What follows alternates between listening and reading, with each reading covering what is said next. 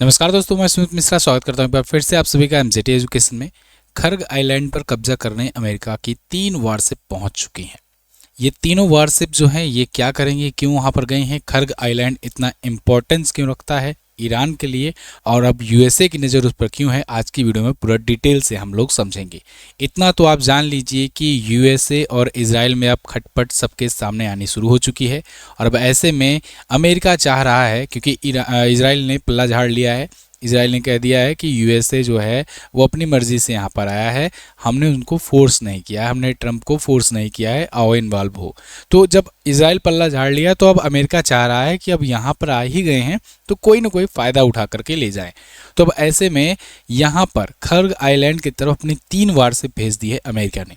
ये 3 वारशिप क्यों इंपॉर्टेंस रखती है, आज की वीडियो में हम लोग डिटेल में बात करेंगे। यहाँ पर आप आर्टिकल वगैरह देख पाओगे। 3 अमेरिकी वारशिप में 2200 से ज़्यादा सैनिक भर करके भेजे गए हैं। ऐसा भी नहीं है कि केवल वारशिप ही भेजा गया है, उसमें बाकायदे सैनिक वगैरह भी भेजे गए हैं, मतलब कि ग्राउंड लेवल के भी ऑपरेशन हो सकते हैं। और आप ये समझ लो कि अगर ग्राउंड लेवल के ऑपरेशन हुए तो फिर अमेरिका लंबे समय तक इसमें फंस सकता है। खैर, यहाँ पर 3 जो वारशिप भेजे गए हैं उनमें है एक USS Tripoli, USS San Diego और यूएसएस न्यू ऑरलियंस। ये 3 ईरान की तरफ भेज दिए गए हैं और अब तो पहुंच भी चुके हैं। ये खर्ग आइलैंड को कब्जाने के लिए गए हुए हैं।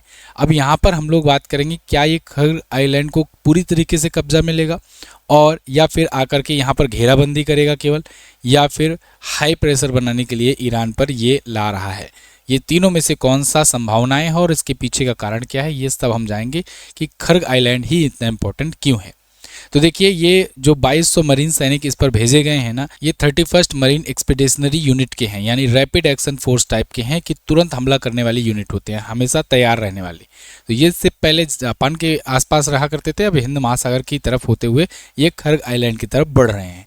और ये 3 बड़े वारशिप ये ला करके अमेरिका ये दर्शाना चाहता है कि अब हम ईरान को चारों तरफ से घेर रहे हैं।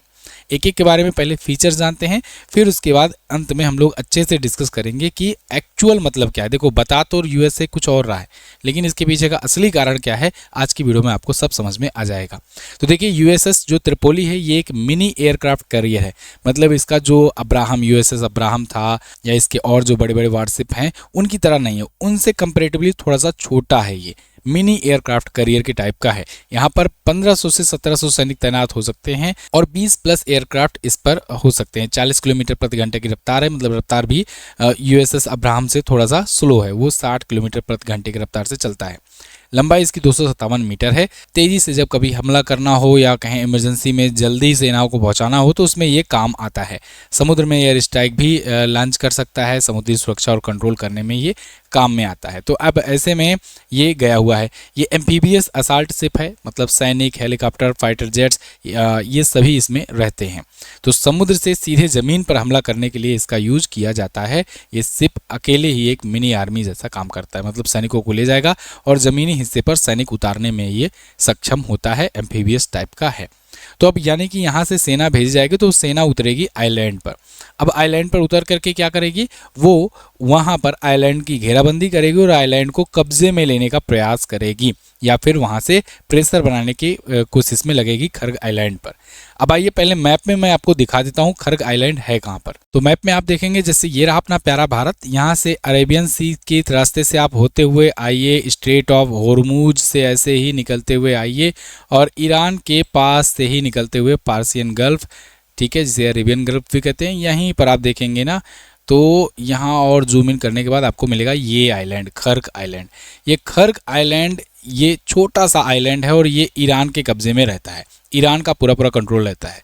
और लेकिन स्ट्रेटेजिकली इतना इम्पोर्टेंट है ये छोटा सा आइलैंड कि आप समझिए ईरान में 90% तक का जो ऑयल सब एक्सपोर्ट होता है वो यहीं से होता है। मतलब अभी भी खर्ग आइलैंड से ईरान बड़ी मात्रा में अपना ऑयल निकालता है और यहीं से सप्लाई करता है, 90% से ज़्यादा तेल एक्सपोर्ट करता है।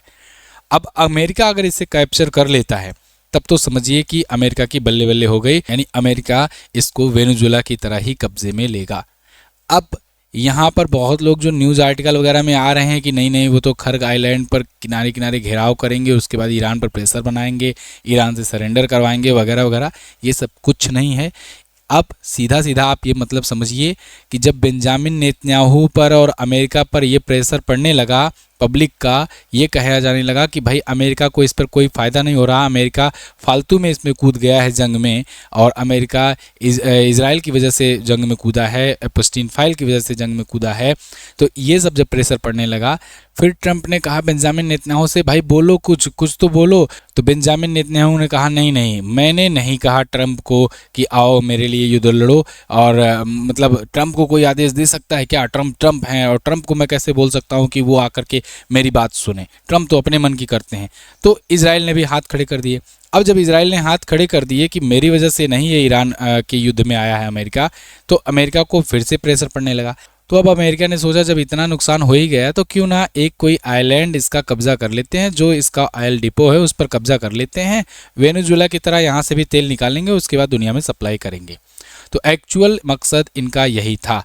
ना कोई बैलिस्टिक मिसाइल कोई मतलब है इनको, ना कोई न्यूक्लियर वेपन से मतलब है, ना ही इनको दुनिया में शांति के का कोई मतलब है, ना ही ये मिडिल ईस्ट में कोई ऐसा इनको टेंशन है, डर है कि ईरान अगर न्यूक्लियर वेपन बना लेगा तो ऐसा कर देगा वैसा कर देगा, मिडिल ईस्ट में अशांति रहेगी, दुनिया में अशांति रहेगी। ऐसा कुछ मतलब नहीं है।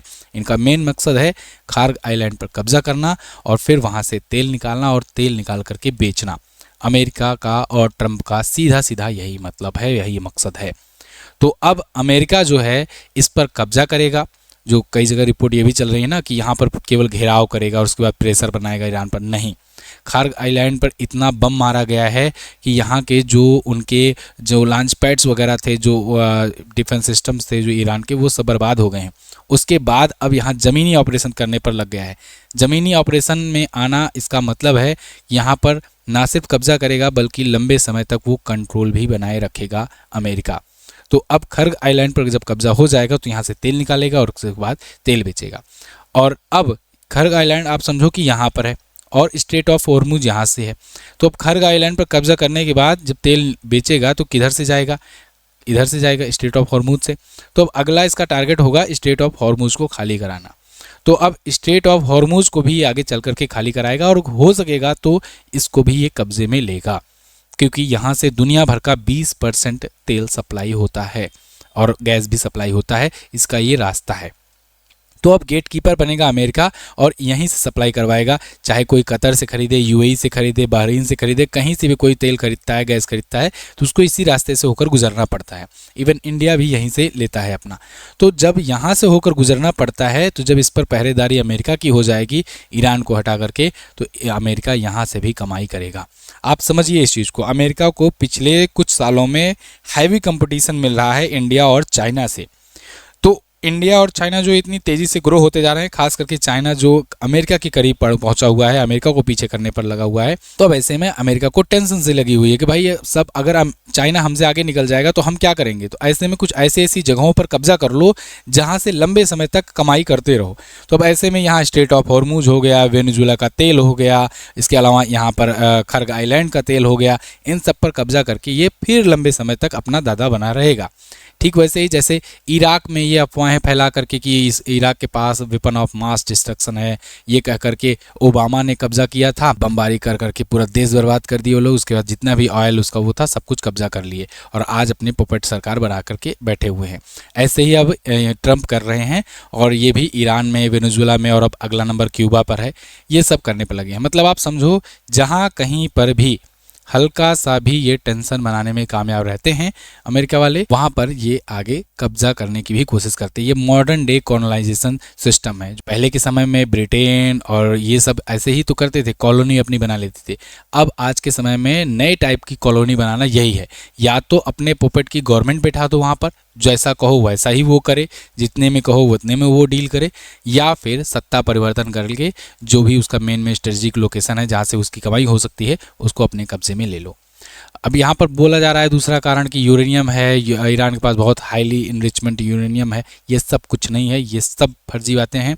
यहाँ पर बहुत बार जो वहाँ की जो एटॉमिक एनर्जी एजेंसी है वो भी जा करके बता चुकी है कि नहीं ऐसा कुछ नहीं है। और इसके अलावा अभी इजराइल ने भी अब तो साफ साफ आकर के ये बोल दिया बेंजामिन नेतन्याहू ने कि अब इनके पास ना कोई बैलिस्टिक मिसाइल सिस्टम बचा है, ना कोई न्यूक्लियर फैसिलिटी बची है, सब हमने तबाह कर दिया है। तो जब सब तबाह कर दिया है तो भाई युद्ध बंद कर दो ना, अब क्यों जा रहे हो कब्जाने। तो अब यही कारण है कि अब चाहिए इनको तेल, और वो तेल जो लंबे समय तक ये बेचते रहें ट्रंप साहब। ठीक है, आपको क्या लगता है, आपको क्या लगता है कि क्या सीधे खर्ग आइलैंड पर कब्जा करेगा अमेरिका, या फिर दूसरा ऑप्शन कि शिप और जेट की सुरक्षा देने के लिए यहाँ पर किया गया है, या फिर इस आइलैंड पर कब्जा करके ईरान पर बस प्रेशर बनाना चाहता है। ईरान में जब भी सत्ता परिवर्तन होगा या जैसे ही रिजीम चेंज होगा, इनके अनुसार रजा पहलवी वगैरह को बैठाया जाएगा, उसके बाद ये फिर से आइलैंड छोड़ देंगे। इनमें से कौन सा ऑप्शन आपको लगता है, आप कमेंट करके बताइएगा ज़रूर। और अगर ये होता है, खर्ग आइलैंड पर कब्जा हो जाता है, तो समझिए आने वाले दिनों में और ज़्यादा तेल और गैस के दाम बढ़ सकते हैं, क्योंकि इस पर कंट्रोल अगर आएगा तो ईरान भी चुप तो बैठेगा नहीं, और भी देश चुप बैठेंगे नहीं। रसिया, चाइना बैकएंड से ईरान को और फंड और वेपनरी सप्लाई करते रहेंगे, जिससे ईरान लड़ता रहे। डायरेक्टली शायद सामने भले ही ना आए, लेकिन इनडायरेक्टली पीछे से बहुत ज़्यादा इसका सपोर्ट करते रहेंगे, जिससे ये युद्ध खिंचता रहे और अमेरिका इसमें फंसा रहे। लेकिन एक बात और ये भी है, अगर खर्ग आइलैंड पर सेना उतारता है अमेरिका, तो आप समझो कहीं वियतनाम की तरह यहाँ पर भी फंस ना जाए अमेरिका, क्योंकि जहाँ जहाँ पर अमेरिका ने अपनी सेनाएं उतारी हैं, चाहे वो अफगानिस्तान हो, वियतनाम हो, तो वहाँ पर रसिया ने, चाइना ने और भी देशों ने बैकएंड से उनको सपोर्ट किया और उसको खींचने का प्रयास किया, जिससे वो लंबे समय तक फंसा रह गया। 10 साल तक वियतनाम में, 20 साल तक अफगानिस्तान में ये लोग फंसे रह गए, और अब यहाँ पर भी सेना उतारने जा रहा है अमेरिका। तो आपको क्या लगता है, आप कमेंट करके ज़रूर बताइएगा इस मुद्दे पर। और हाँ, जाने से पहले ईद और नवरात्रि का ऑफर चल रहा है आपके लिए MZT ऐप पर, तो आप लास्ट 6 मंथ का हो या ईयरली करंट अफेयर हो या हमारे और भी जो ई बुक्स हों या वीडियो कोर्सेज हों, उनको आप जाकर के MZT ऐप पर चेकआउट कर सकते हो। सेक्शन वाइज, सब्जेक्ट वाइज भी यहाँ पर मौजूद हैं वीडियो कोर्सेज, जैसे आप हिस्ट्री का लेना चाहते हो केवल, या फिर ज्योग्राफी का, या फिर केवल मैथ का लेना चाहते हो, ये सब चीज़ें अवेलेबल हैं। इन सबको भी आप एक्सेस कर सकते हो वीडियो कोर्स सेक्शन में जाकर MZT ऐप पर। किसी भी सहायता के लिए इस नंबर पर व्हाट्सएप कीजिए, आपकी पूरी हेल्प की जाएगी। Thank you so much. Subscribe जरूर कर लेना चैनल को। मिलते हैं अगली वीडियो में, तब तक के लिए नमस्कार, जय हिंद, वंदे मातरम।